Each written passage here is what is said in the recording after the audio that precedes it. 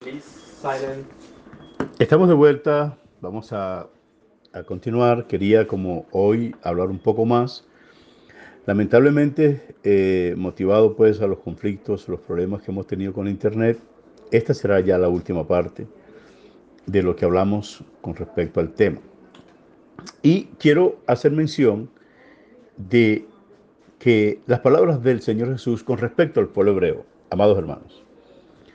Hoy, si nosotros hacemos un análisis humano de los logros que han conseguido el pueblo hebreo como nación, evidentemente pues salta a la vista la importancia de los descubrimientos que han hecho, de los aportes que han hecho la ciencia, la tecnología, el pueblo hebreo, que bueno, eso no es razón para discutirlo. Pero eso no garantiza nada. Eso no garantiza que sobre ellos repose actualmente la bendición de Dios como pueblo. Puede reposar la bendición de Dios sobre alguna persona que se convierta al Señor Jesucristo y que siendo hebreo también sea parte de la iglesia del Señor Jesús. Esas palabras de salvación y esas cosas que se conocen como importante dentro de ese pueblo, para Dios no lo son como tal. Por eso, cuando el Señor Jesucristo dijo cuán difícil es para un rico entrar al reino de los cielos, los discípulos, los que andaban con el Señor, se sorprendieron y dijeron, entonces, ¿quién será salvo? Es decir, si los ricos no son salvos, entonces, ¿quién podrá salvo? ¿Quién podrá ser salvo? Lo que hoy sucede con el pueblo hebreo, de las bendiciones que pueden alcanzar, hay que reconocer que la bendición que Dios le dio a Abraham para el pueblo hebreo está allí presente, humanamente hablando, por cuanto los dones y el llamamiento de Dios son irrevocables. Pero vamos a hablar más adelante con respecto a que el pueblo de Dios, el hebreo en la actualidad no es el pueblo de Dios y todo lo contrario, son considerados enemigos de Dios por causa del Evangelio.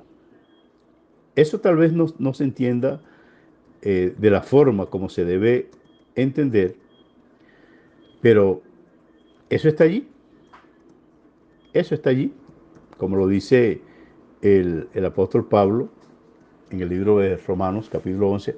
No vamos a hablar mucho de eso ahorita, pero lo vamos a hacer. Lo vamos a hacer.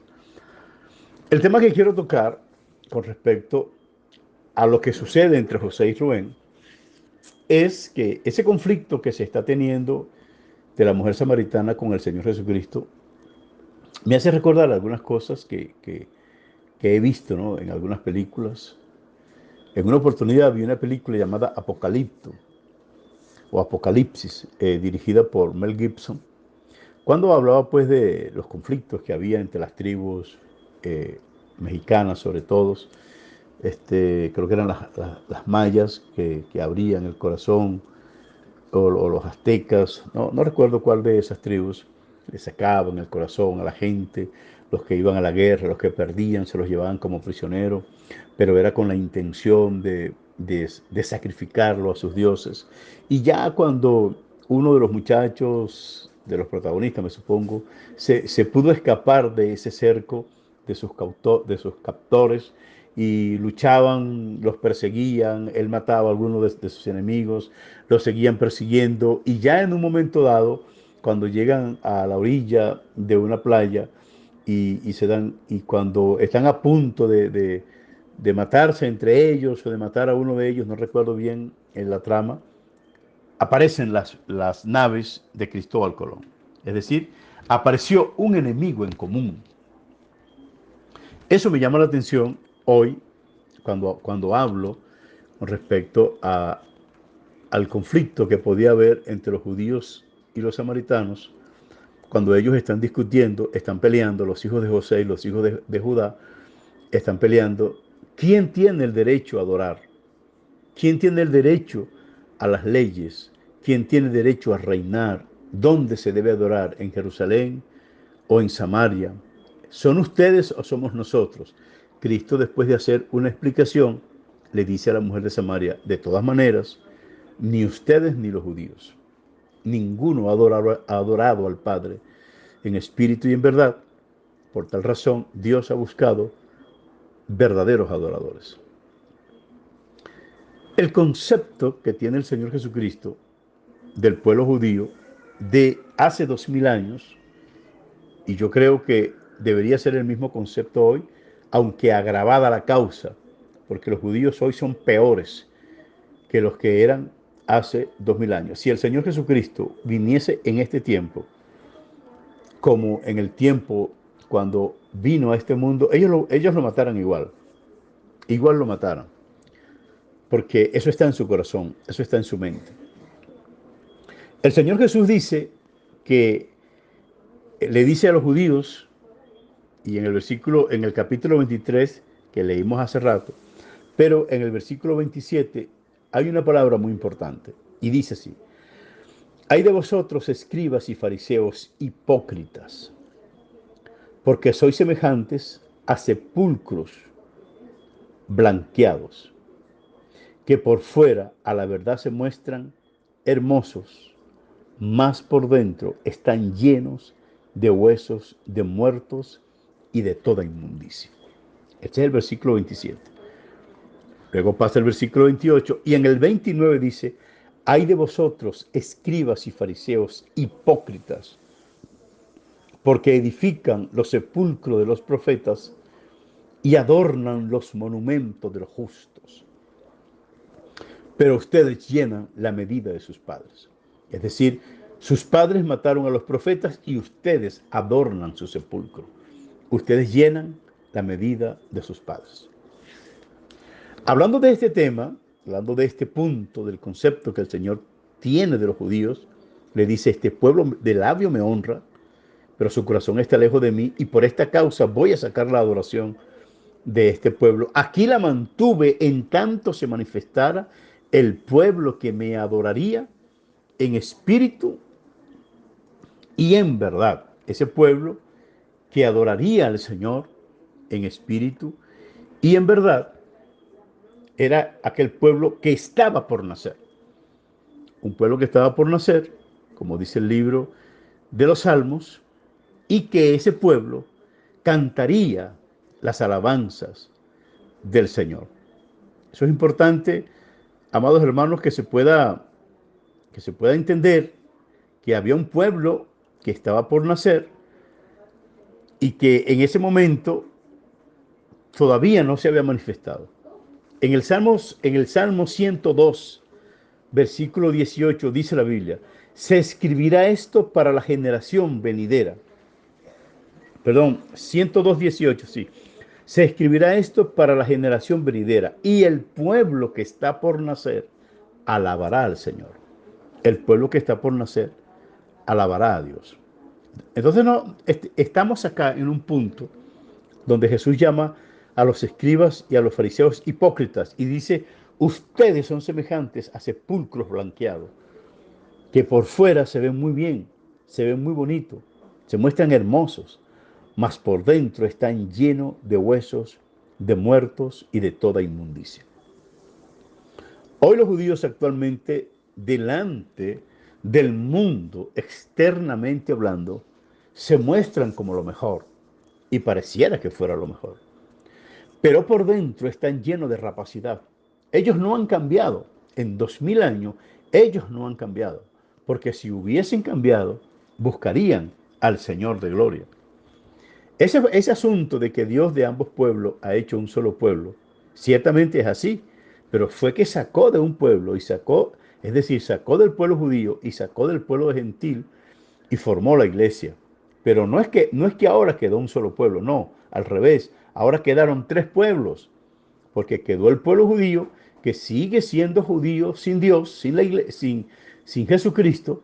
Está el pueblo gentil que sigue siendo gentil sin Jesucristo, y está un pueblo conformado por gentil y judíos, que es la iglesia del Señor Jesús. Esa es la iglesia del Señor Jesús. Es decir, que cuando la Biblia dice que Dios de ambos pueblos hizo un pueblo, significa que sacó de ambos pueblos para construir la iglesia. Pero esos pueblos siguieron siendo pueblos adoradores de la maldad, constructores del pecado. Los gentiles viviendo en su inmundicia, en su pecado, y los judíos siguen siendo hipócritas, semejante a los sepulcros blanqueados, que por fuera la verdad se muestran hermosos, mas por dentro están llenos de huesos de muertos y lleno de toda inmundicia. El versículo 29 dice: ay de vosotros, escribas y fariseos, hipócritas, porque edifican los sepulcros de los profetas y adornan los monumentos de los justos. Tal parece que en la religión judía, en el día de, no recuerdo cómo es el nombre hebreo que se le da a, el nombre hebreo que se le da al año nuevo, no me acuerdo si es Hasaná, voy a buscarlos ahorita acá, ya se los voy a decir, amados hermanos. Ellos tocan las trompetas, el shofar. Ese shofar ya no tiene sentido, ningún sentido para Dios. Eso es solamente un instrumento fetichista para el pueblo hebreo y algunos evangélicos que piensan que con sonar el shofar ya tienen todo controlado. No, hermano.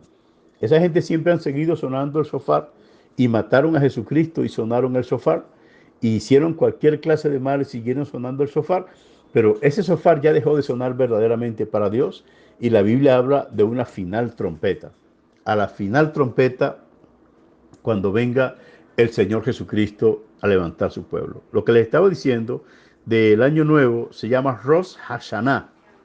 Rosh Hashanah, que creo que significa cabeza de año o cabeza de mes, creo que lo que significa el tema, refiriéndose pues en este caso a que es el año nuevo. Tocan trompetas, hacen una gran cantidad de cosas, se visten de esto, hacen sus liturgias, se van a los sepulcros de los que ellos consideran santos, se van a los sepulcros de los santos a hacer oraciones para que los santos los ayuden a que sus oraciones lleguen al cielo. De ahí no cambian en nada, no difieren en nada a lo que es la Iglesia Católica. Son prácticamente iguales en ese sentido. Siguen siendo tan hipócritas como en los tiempos antiguos, siguen siendo tan perversos y tan llenos de maldad como en los tiempos antiguos y siguen siendo sepulcros blanqueados como en los tiempos antiguos. Sus sacerdotes, de la manera que se visten, de la manera que hagan, independientemente de lo que quieran hacer, ellos mataron al Señor Jesucristo y hasta el día de hoy no han reconocido esa culpabilidad. Tal vez, amados hermanos, mis palabras puedan incomodar a algunas personas que siguen considerando a ese pueblo superior a la iglesia, los judíos mesiánicos que se consideran la resurrección y la vida, que denigran de nosotros porque decimos Jesús y parece que es una ofensa al no decir Yeshua o el nombre que ellos le quieran dar, o por no decir Amasías, sino Mesías, esas cosas que nosotros somos latinos. Yo no soy judío, ni quiero ser judío tampoco. Yo no necesito ser judío para que la bendición de Abraham me llegue a mí, porque la Biblia dijo que en Abraham serán benditas todas las familias de la tierra, y yo pertenezco a una de las familias de la tierra, y hasta mí ha llegado la gracia de Dios, la gracia del Señor Jesucristo, y puedo glorificar a Dios sin ser judío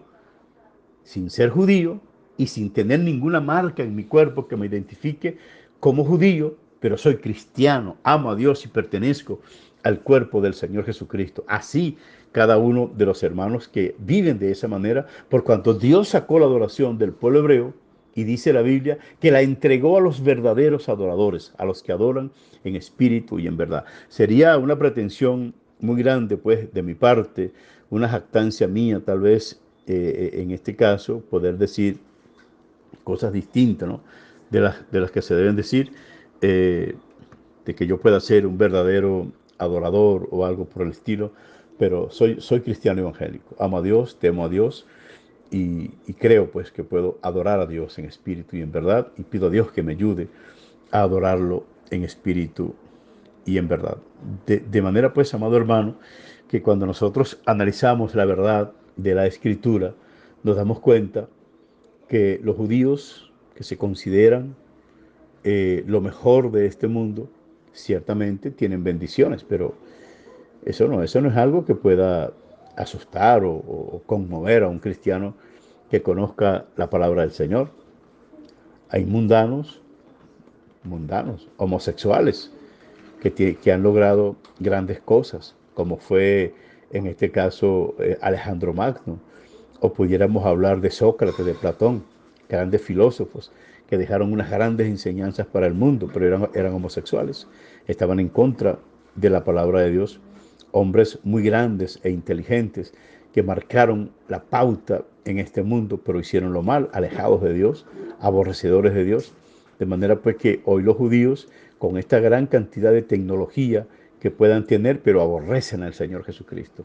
Y Jesucristo es el único camino al Padre. Nadie podrá llegar al Padre si no es por el Señor Jesucristo. De modo que toda oración que haga un judío en este momento sin haberse convertido a Jesucristo, su oración es infructuosa y no puede llegar a la presencia de Dios, porque Cristo lo dijo: oren en mi nombre. Y ese nombre es precisamente el que ellos aborrecen. Ese nombre al que ellos dieron la muerte es el que ellos aborrecen. Y si oran en sus propios nombres, la oración jamás llegará a la presencia de Dios, jamás llegará al reino de los cielos. Siguen siendo hipócritas, sepulcros blanqueados, y siguen construyendo las tumbas de los profetas que han muerto, pero ellos llenan la misma medida que sus padres. Son tan malos o peores, en este caso, que sus padres.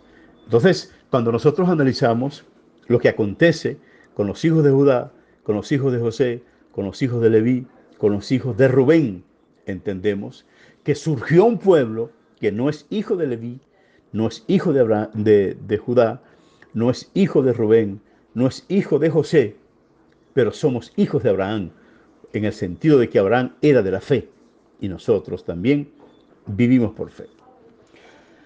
Es importante y necesario que se que se entienda y que se trate de comprender el asunto, que bien, ciertamente hay muchas bendiciones que el pueblo hebreo puede tener como nación.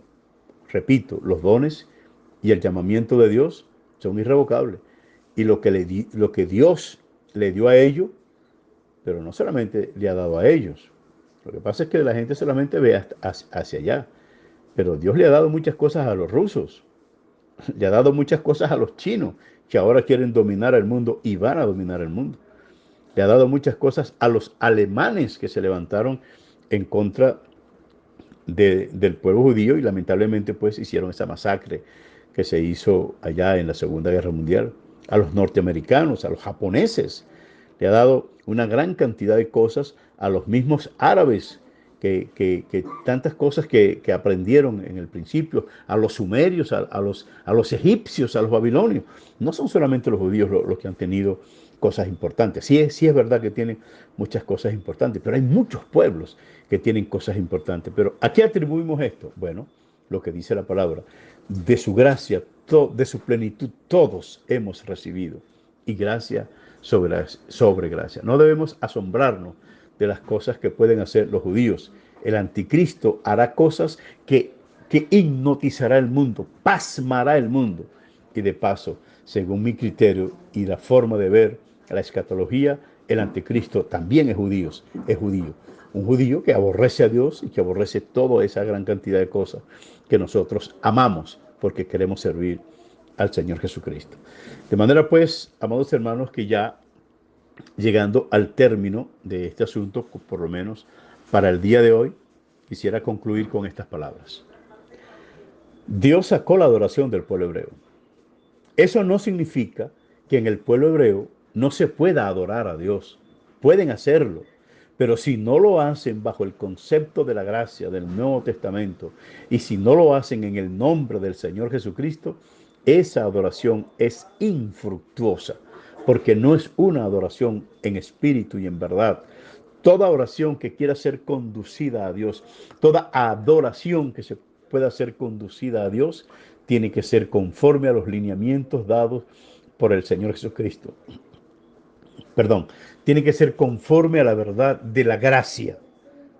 Lo que está establecido en la gracia es lo que debe suceder. Y Dios ha dicho: ando buscando adoradores que me adoren en espíritu y en verdad. Y los judíos que no han aceptado al Señor Jesucristo no son precisamente esos adoradores en espíritu y en verdad.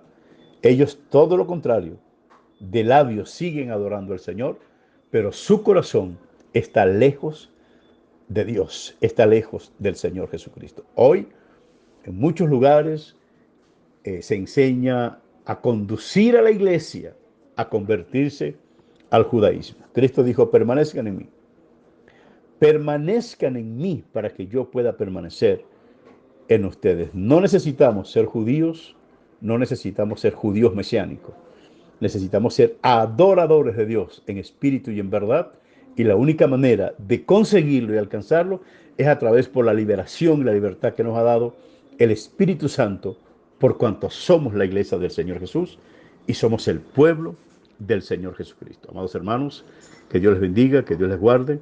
Nos estaremos viendo la semana próxima. Dios les bendiga.